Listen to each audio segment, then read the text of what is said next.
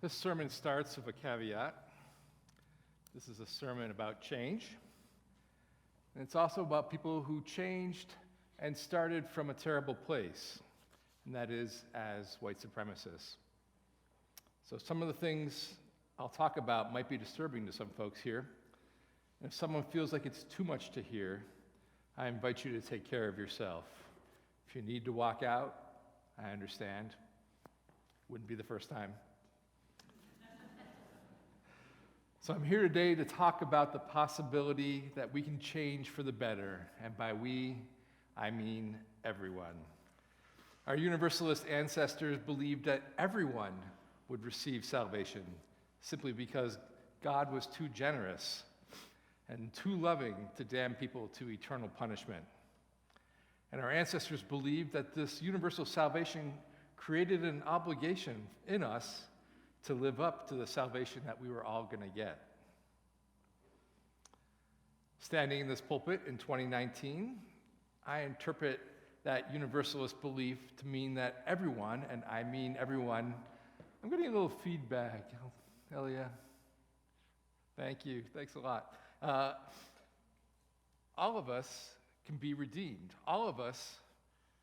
And in these times, I'm sure there are folks in this sanctuary and elsewhere who are wondering if there are some public figures who are beyond redemption. And I understand their concerns, but I mean everyone.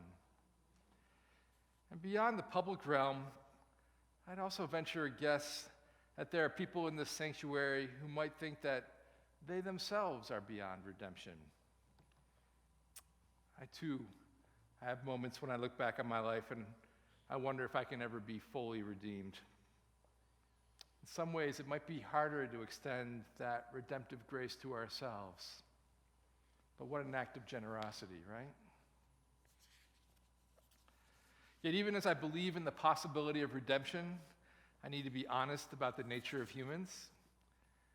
I think that people are equally capable of living a lie as they are capable of living lives of integrity. And the Czech playwright and statesman Václav Havel states this eloquently in his essay, The Power of the Powerless. And he writes, "The essential aims of life are present naturally in every person. In everyone, there is some longing for humanity's rightful dignity, for moral integrity, for free expression of being, and a sense of transcendence over the world of existence. Yet at the same time, each person is capable, to a greater or lesser degree, of coming to terms with living within the lie. Each person somehow succumbs to a profane trivialization of their inherent humanity.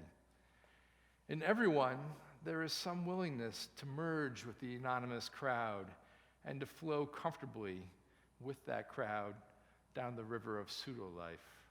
End of quote. Still, it's fundamental to my way of being as a minister that I believe everyone can change, and I hold out that hope. I don't think I could be a minister any other way without that belief. But I want to say that while I believe in universal redemption, I also believe in accountability, especially the accountability of people in power. So for people who think it's morally acceptable to respond to asylum seekers with cruelty, I say yes, those people can be redeemed, and they have a lot to account to first before that redemption comes. So I want to tell you about two men who changed their minds. Both of these men were deeply engaged in the white supremacist movement in this country. First one, Derek Black, is the son of the former national leader of the Ku Klux Klan, a guy named Don Black. And this guy was also the founder, Don Black was also the founder of the white nationalist website Stormfront. And in fact, his mother's first husband was David Duke. What a family. Stormfront was a site that recruited and radicalized many white people into white supremacy in this country and across the world. And the website was finally kicked off the mainstream web after the Charlottesville rally in 2017, but it still exists on the dark web. So Derek grew up in that environment in Florida, and he was homeschooled, and he eventually went to work for Stormfront, hosting the youth web forum and joining his father on a daily racist radio show. His was a sanitized kind of racism, where he would say things like, "I don't hate people of color, I just really love white people, and we're fighting for our survival." Of course, he was also actively creating the space for people, other white supremacists, to say much, much worse things.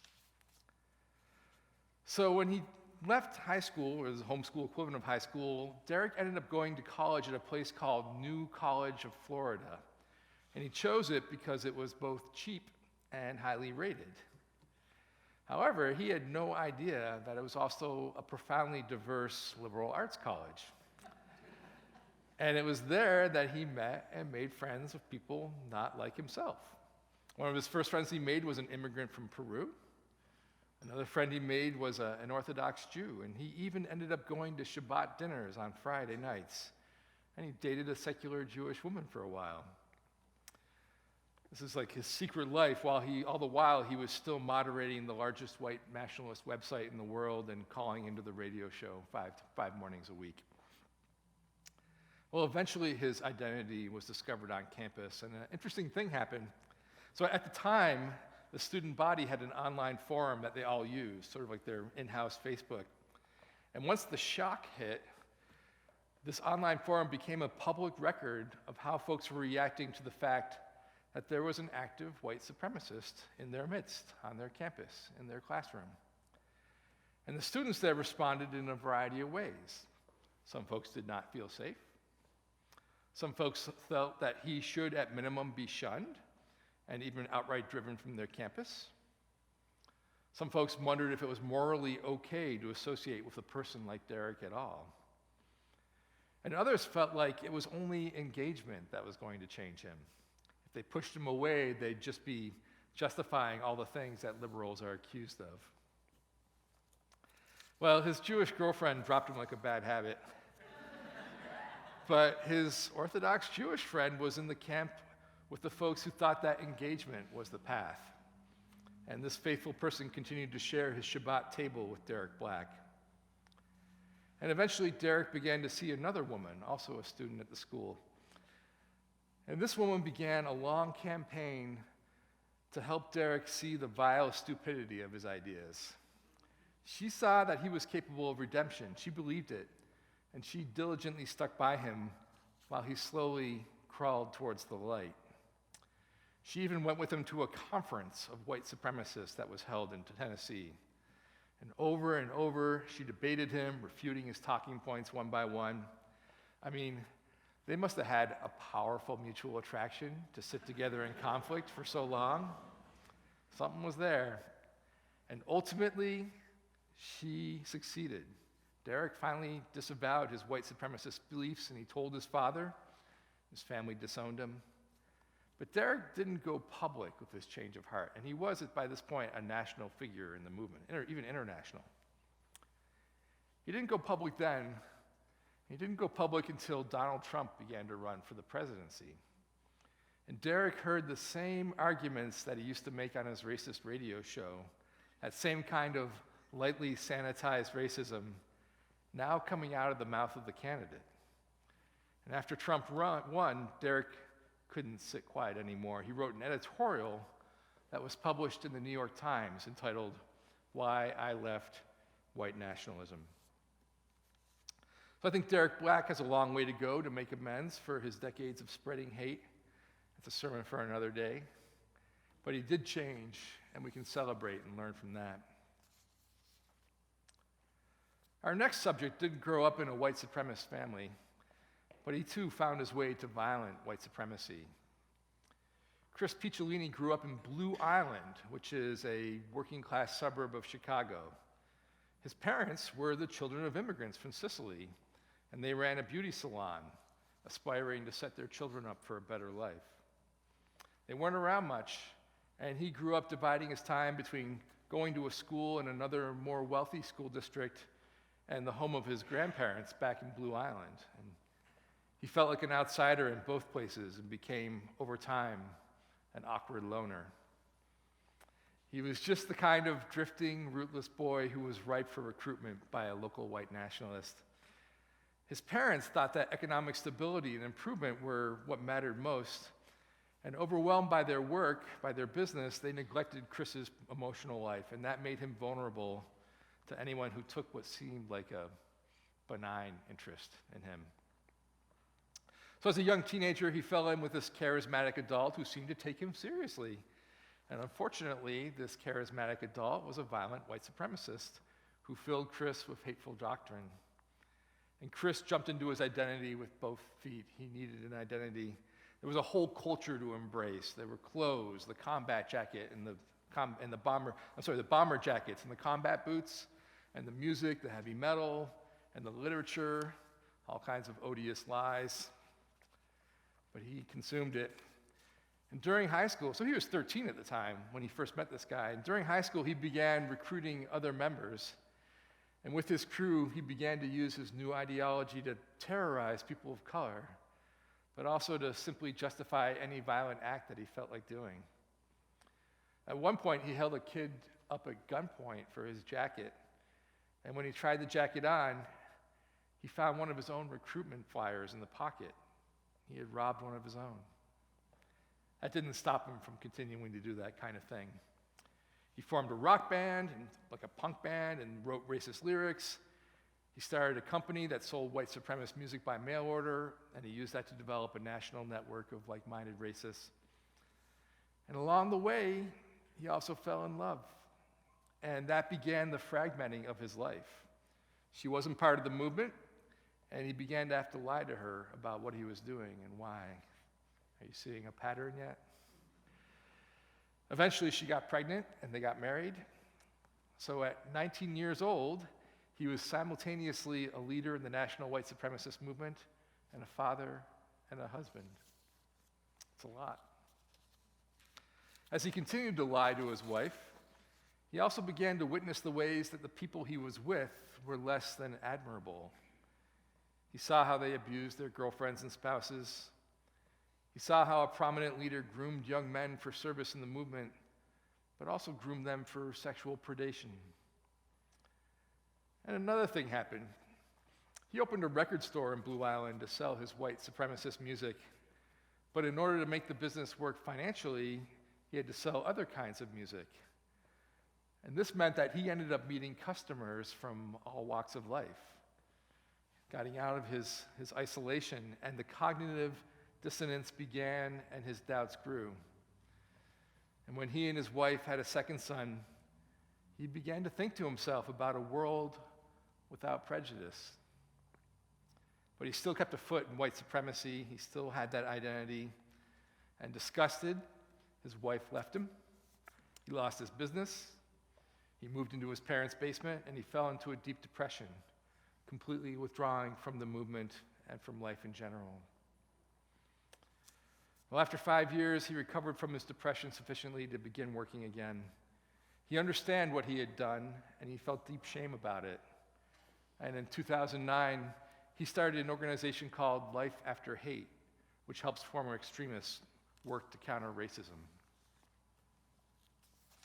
So reading Derek Black's biography and Chris Picciolone's memoir, when they both arrive at this moment of clarity, of the shedding of an old identity and the slow recovery of their senses, I'm reminded of the line from the William Stafford poem that we just read. And that line goes, "But that's where you get going best. Glad to be lost, learning how real it is here on earth again and again." I think you are learning how real it is here on earth. And Derek and Chris both felt this deep sense of being adrift without their old identities and their old communities, but they're also renewed by the possibilities of a fresh start. So what do Derek and Chris's stories tell us about how people change their minds? I see a few patterns. They both got exposed to new ideas and new people. I think isolation is very helpful for extremism. It's harder to demonize your neighbor when you know their family and their struggles. And I'm reminded of the Mark Twain quote. He says, "Travel is fatal to prejudice, bigotry, and narrow-mindedness, and many of our people need it sorely on those accounts. Broad, wholesome, charitable views of people and things cannot be acquired by vegetating in one little corner of the earth all of one's lifetime. End of quote. And in today's internet age, we don't need to physically travel to be broadened. There's so many ways to access the experiences of other people. They also both grappled with flaws in the logic of white supremacy. Well, it was the logic that troubled them, and I have some of my own experience of this in a slightly different setting. So last year, I served a congregation in Salt Lake City, Utah, and at this congregation, we had a thing called the Religious Transition Group, and it met after church every other week, and it was open to the public. This group had gone on for almost 15 years, and it was a support group for folks who were coming out of any all-consuming religion, but most commonly, because it was Utah, it was the Church of Latter-day Saints. And I noticed a really interesting trend.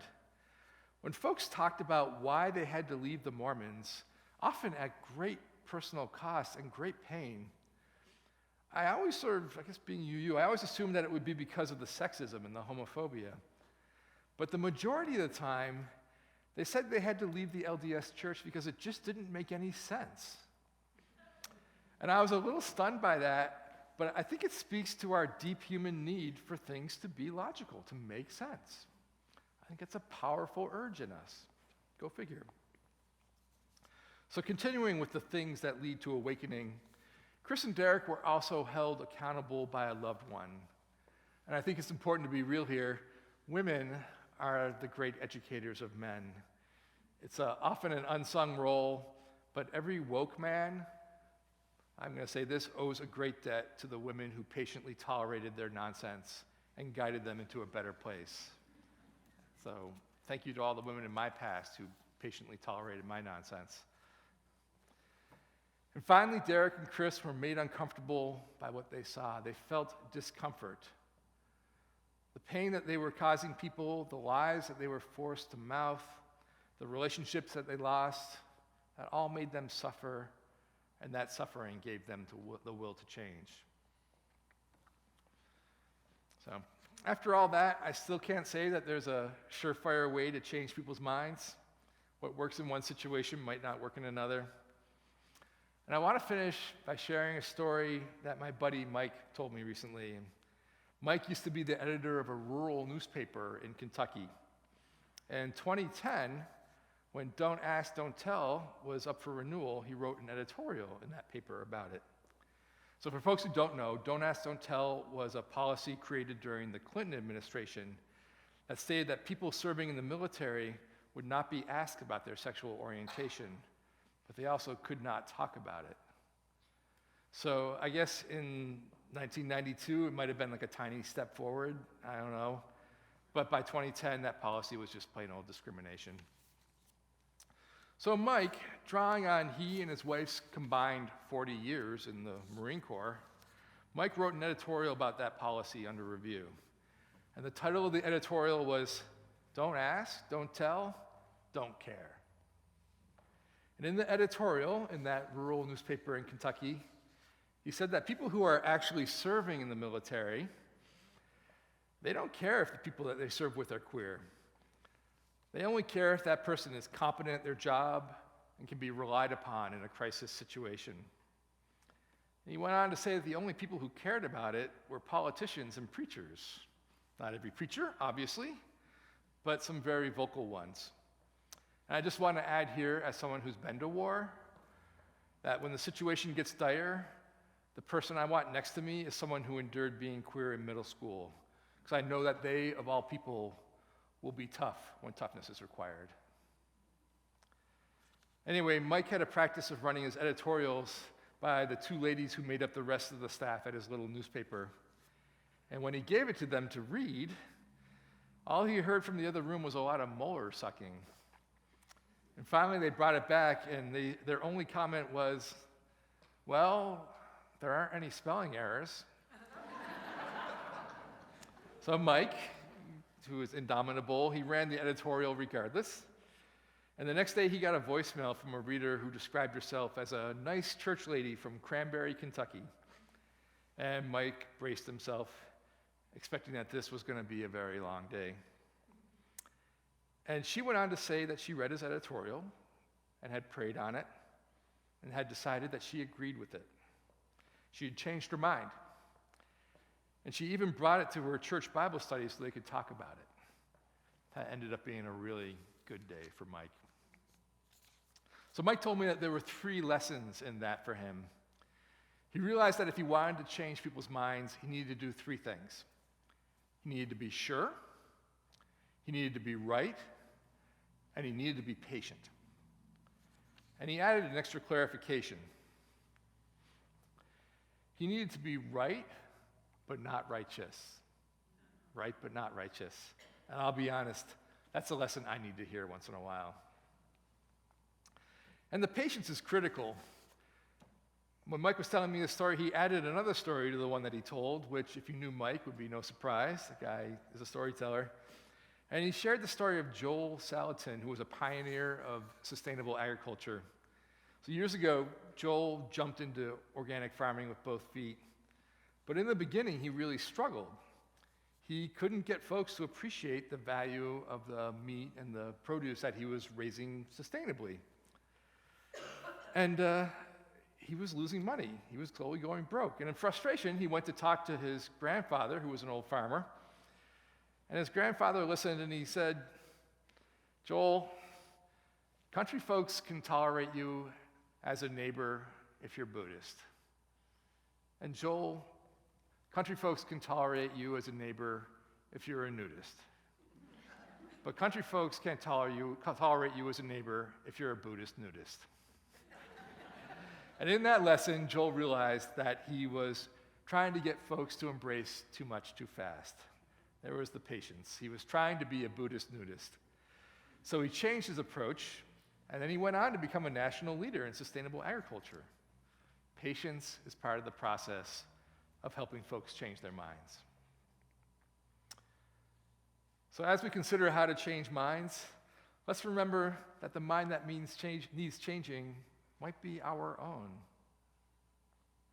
Whatever changes we aspire to make, let us be inspired by compassion and by love.